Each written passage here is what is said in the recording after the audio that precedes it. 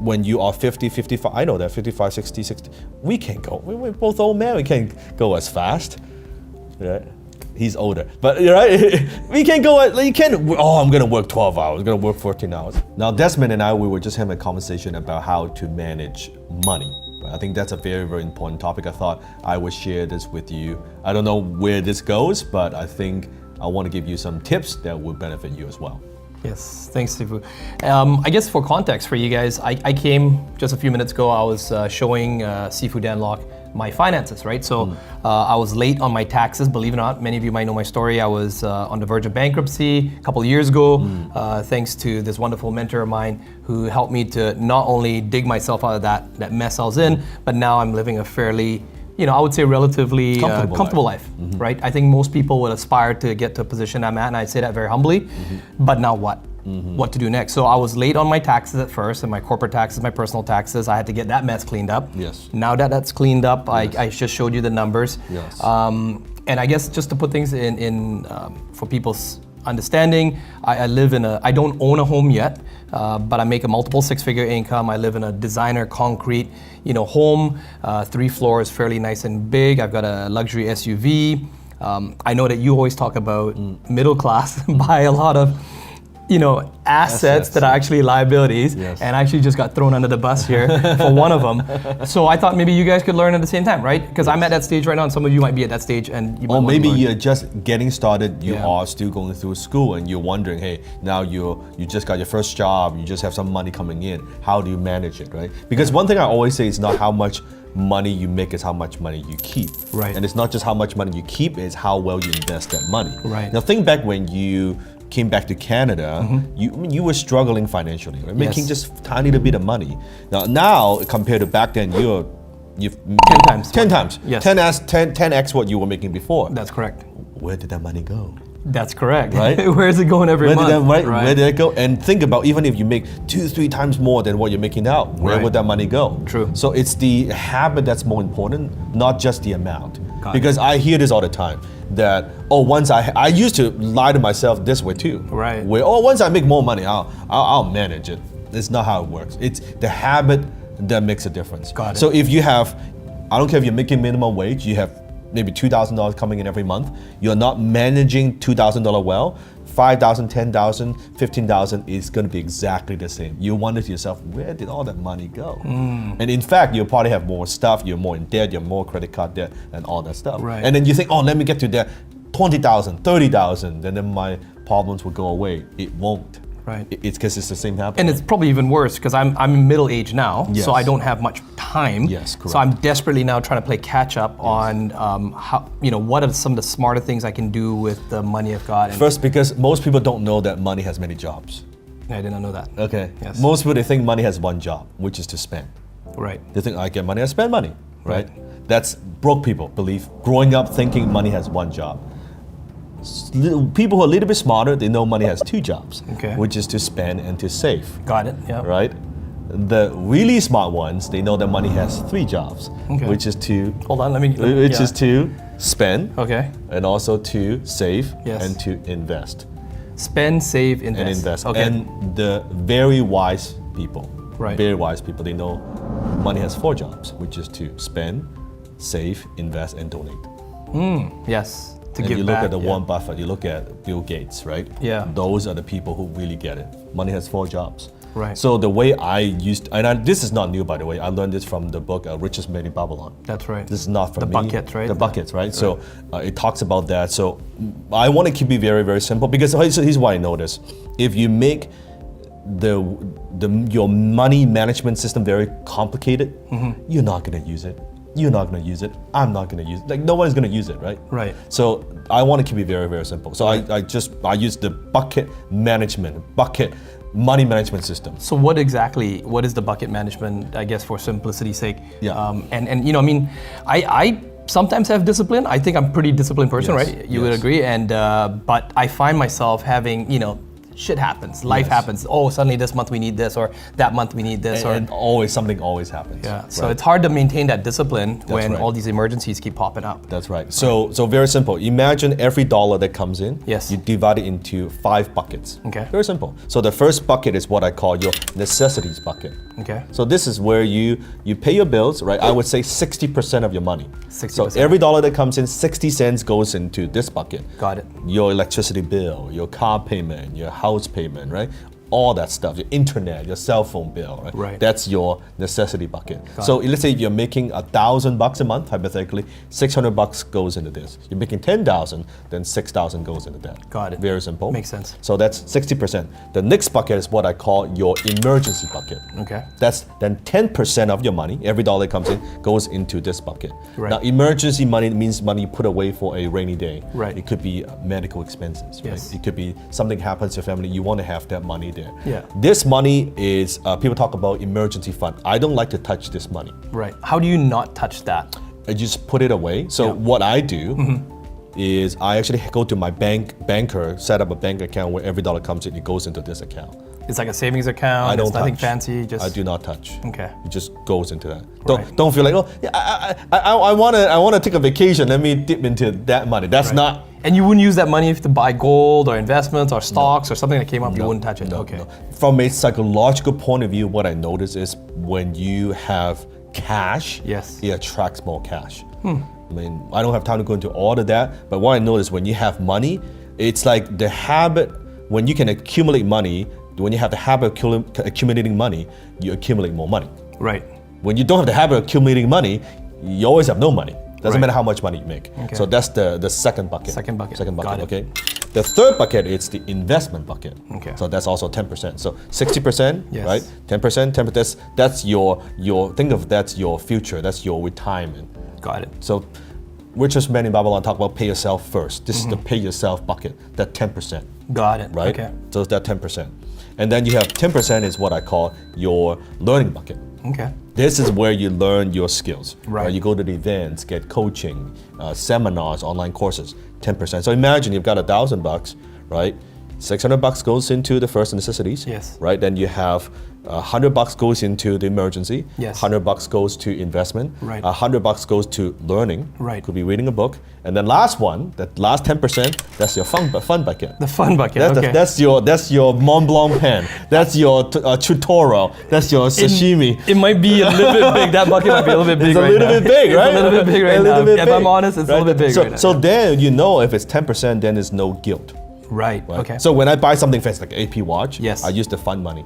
Got it. I do not touch all these other money. Got it. Okay. Because then there's no guilt. But if you don't put it in the bucket, it's very easy to, oh well, you know, I should take that vacation. Mm-hmm. Suddenly, well, your learning bucket, that's gone. Right. Your emergency bucket, that's like next to nothing.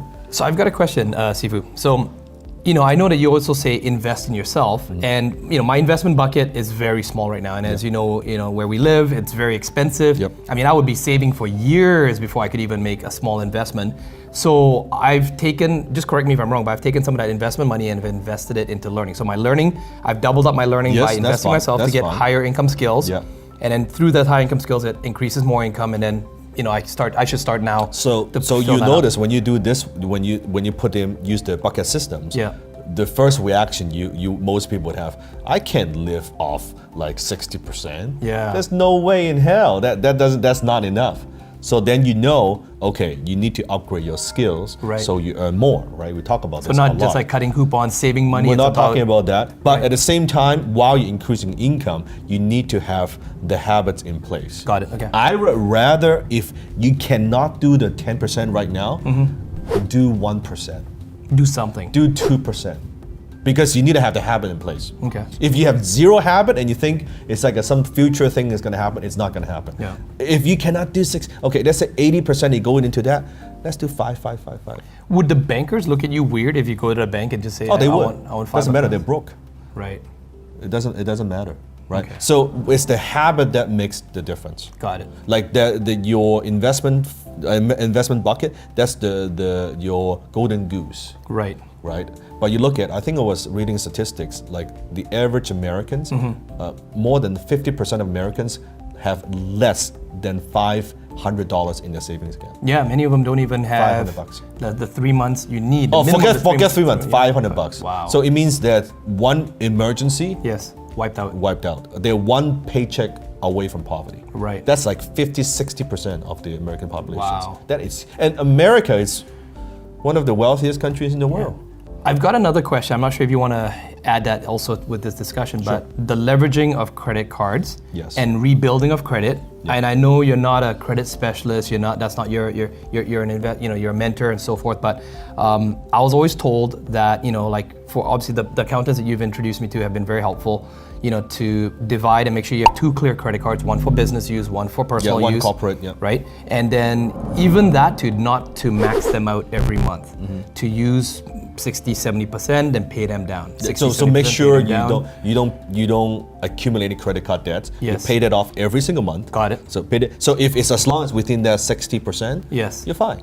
So those credit cards are All under, the credit cards, all the expenses, all so of that. use that's those credit fine. cards to pay for the You're fine. utilities, pay for those things, You're fine, and yeah. anything like that. Yeah. But then just don't leverage using the fund money. You only have $1,000 of fund money, but Yes. I'm gonna spend $3,000. Oh, it's okay. I'll put it on my card. I'll pay it back next month. That's what you don't want to do. Then you think That's about what it. things If you're paying 18-20% on a credit card interest rate, Yeah. and you are saving like 1%, they do the numbers. Something is wrong.